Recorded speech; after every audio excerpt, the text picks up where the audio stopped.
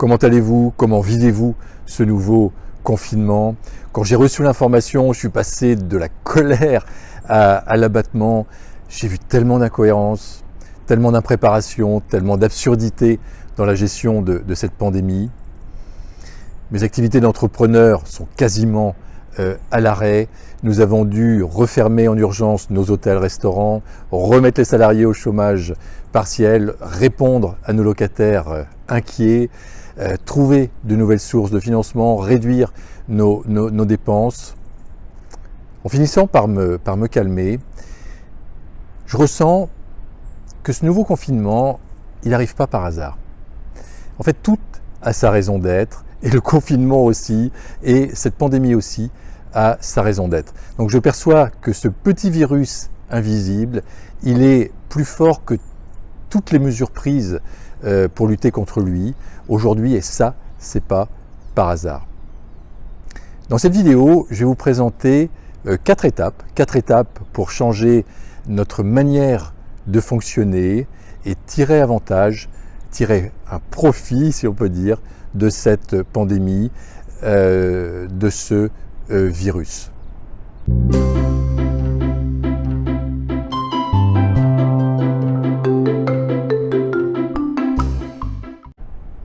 La première étape, c'est d'accepter ce que vous vivez. De mon côté, j'ai vécu tellement d'épreuves, tellement de difficultés dans ma vie. Au départ, j'ai lutté, j'ai voulu résister à ce qui m'arrivait.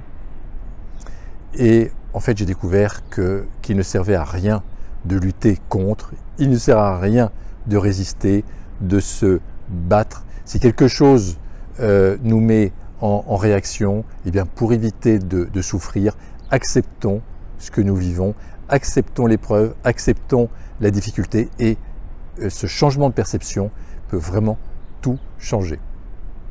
La deuxième étape, c'est de lâcher certaines de nos habitudes ou certains de nos comportements qui sont liés au passé, qui sont liés à notre éducation. Pour moi, c'est fonctionner avec mon mental. J'ai un mental très fort, mais aujourd'hui, je surveille mon ego qui peut encore me jouer des tours.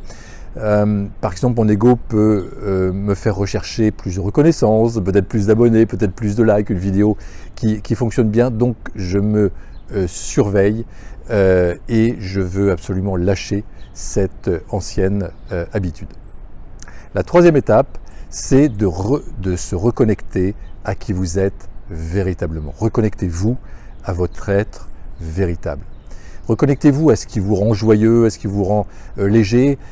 Est-ce que vous avez identifié votre grand potentiel? Est-ce que vous avez identifié votre singularité, ce qui vous différencie des autres, vos points forts?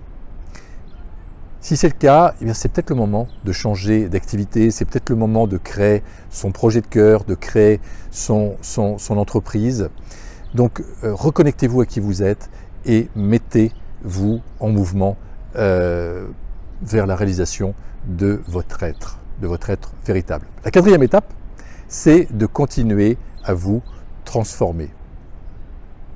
Continuez à vous former en sortant de notre zone de confort. Eh bien, nous pouvons évoluer en permanence. Donc si vous le sentez, eh bien, lancez un nouveau projet.